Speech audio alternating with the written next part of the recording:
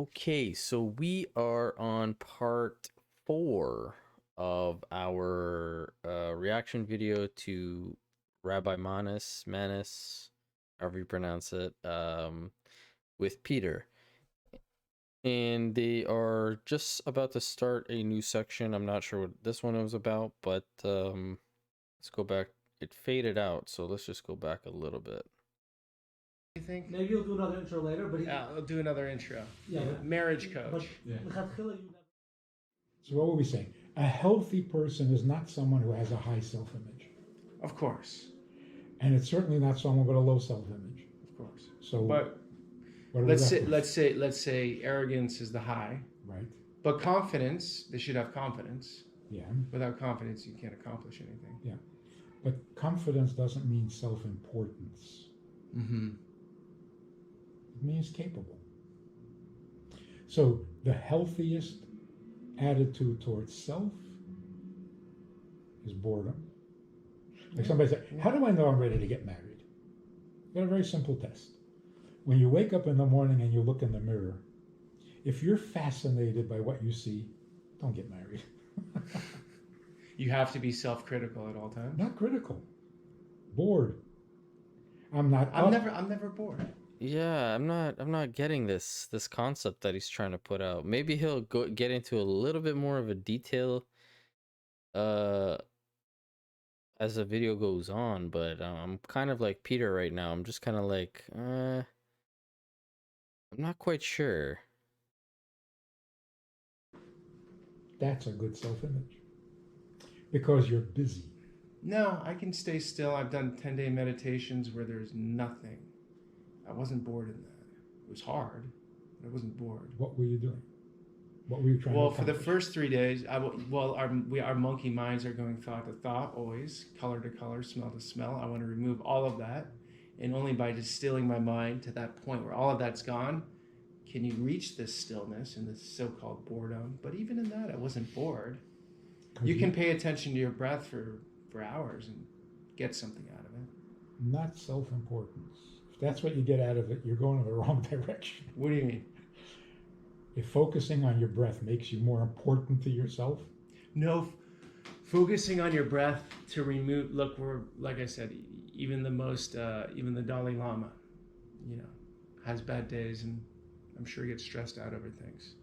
So, by removing all external distractions, focusing on something like a breath is very simple. I think what Peter's saying is true, and I can see that that's kind of in terms of Shabbat, like that's kind of what you accomplish, right? Where you're getting rid of all the external things and you're just getting to focus on the real important things. Not necessarily breath, but the family, your friends, your loved ones. It's not all the gizmos and gadgets and your day-to-day stresses in life and this and that. So I kind of think it goes a little hand in hand with that. but what are you left with? What are you left with? You're left. I saw I had like a psychedelic experience in that. Something interesting happened. It's a long story. But what are you left with when you have stillness? I think you appreciate things a lot more.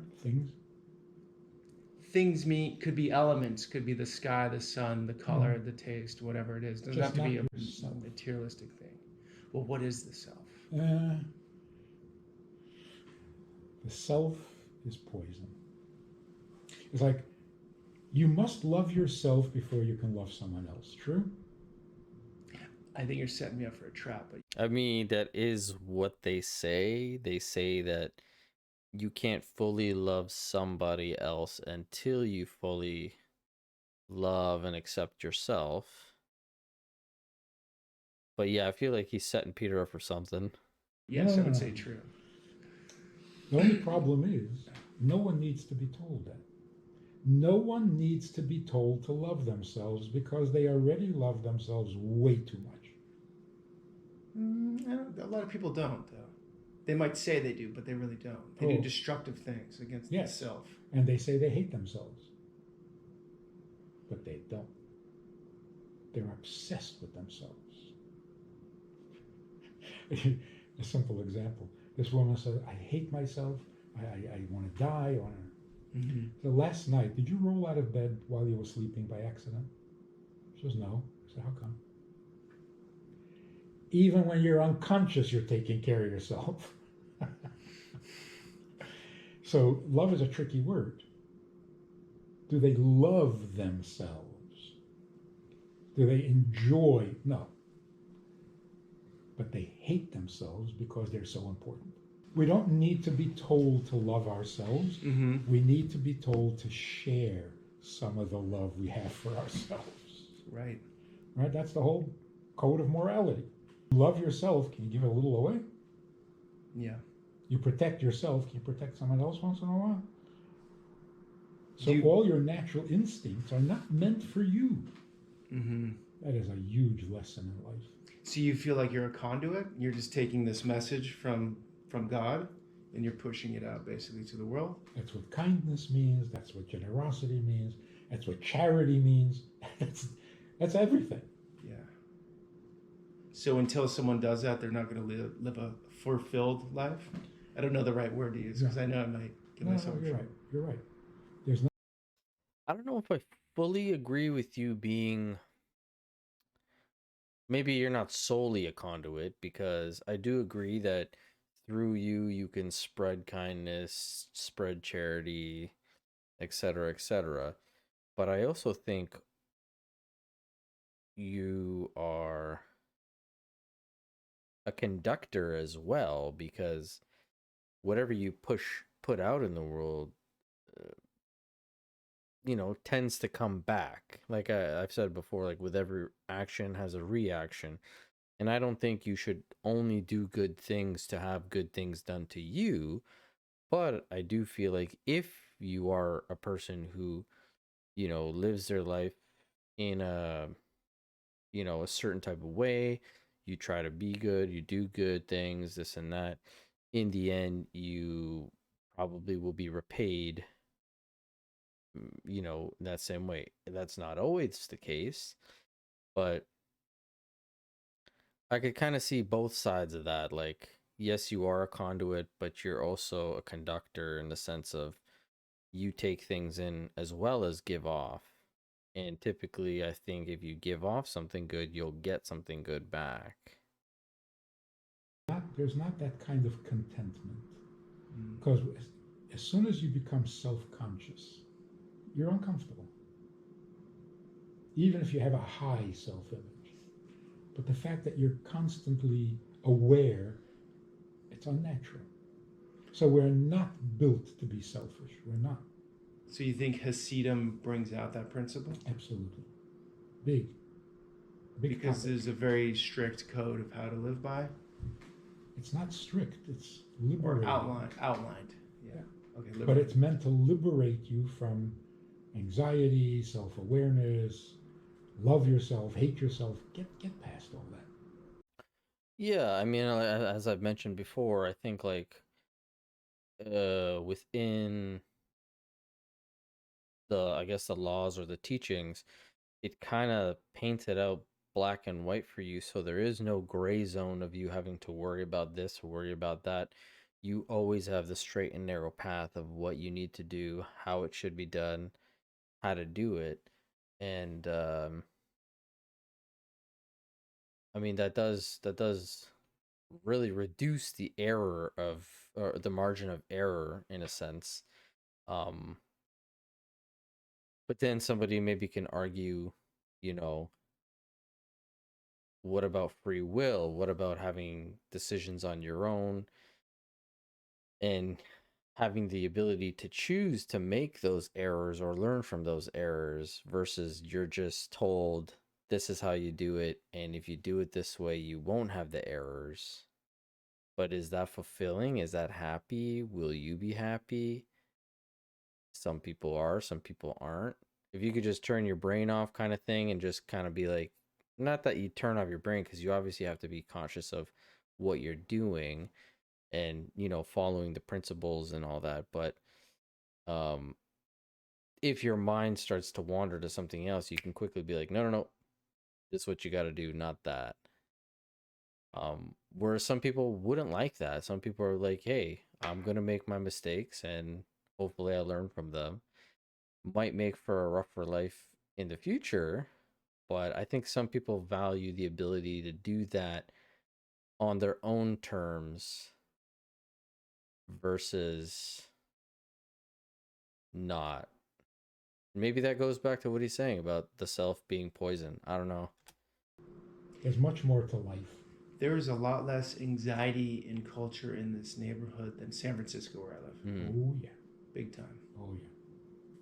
It can be felt at an energetic level. Yes. Communication's nonverbal mostly. You can feel it on the streets. So first thing is get married, because marriage is a wonderful thing. Now find somebody who shares that opinion. Okay.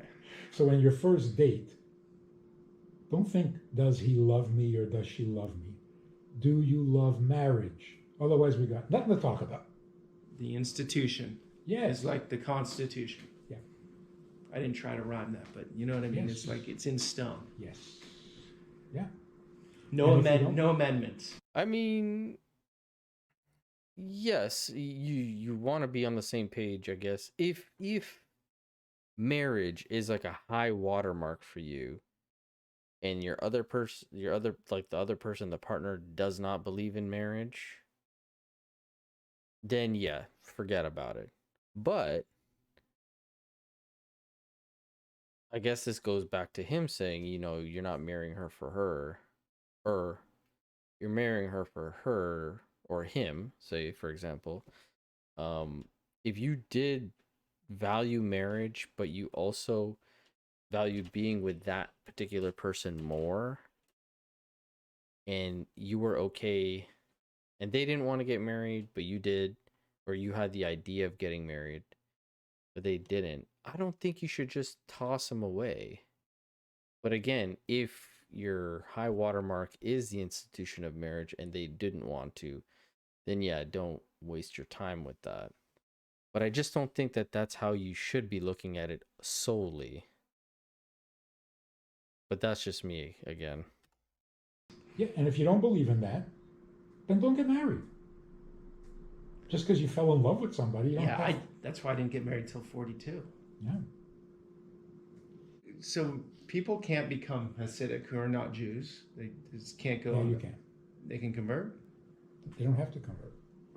The principles of Hasidic life are universal. I've heard different answers to that question, actually. So I think in the Hasidic community, there's a different. Maybe.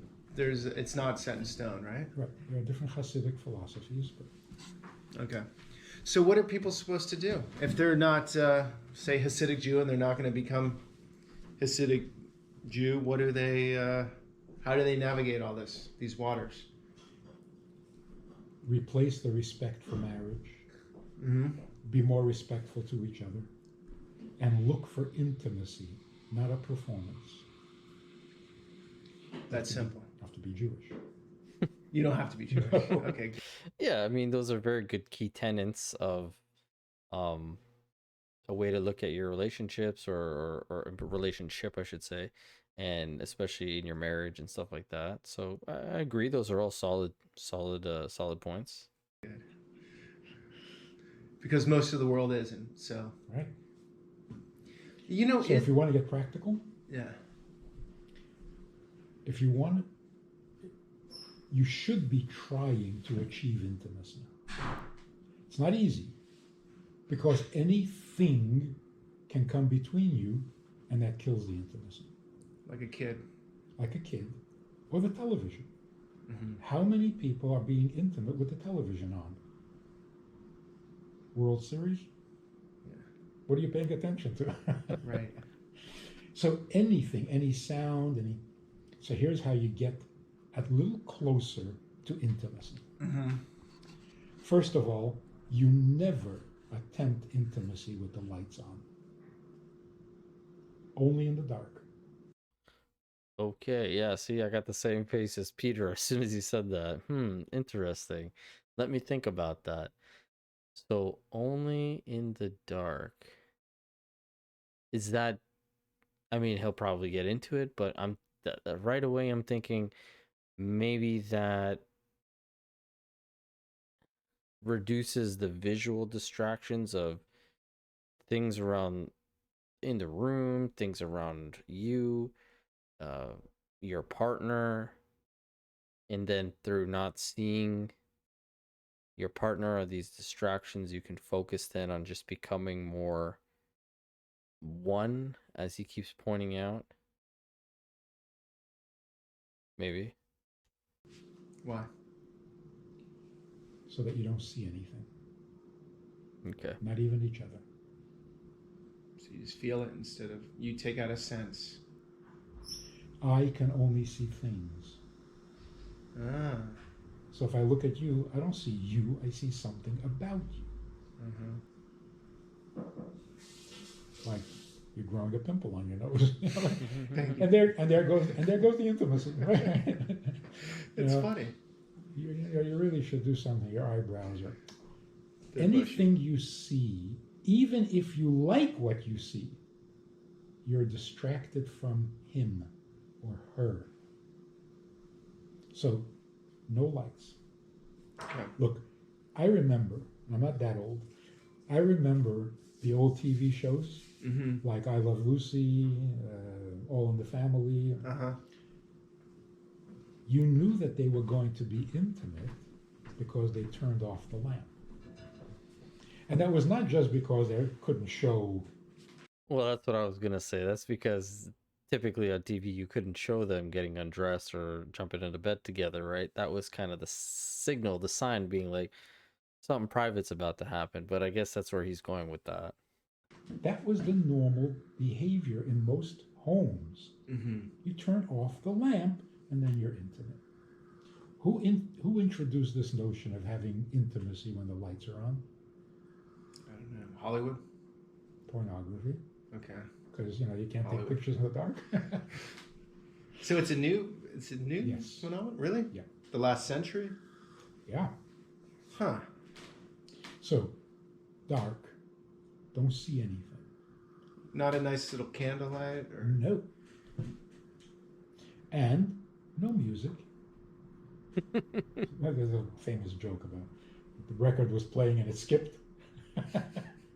Okay, I can mess up. So no sound, no sight, and no talk. So if you see nothing, hear nothing, and say nothing. No talk. Wow. Essentially, this is like the three monkeys: the covering the eyes, covering the ears, and covering the mouth.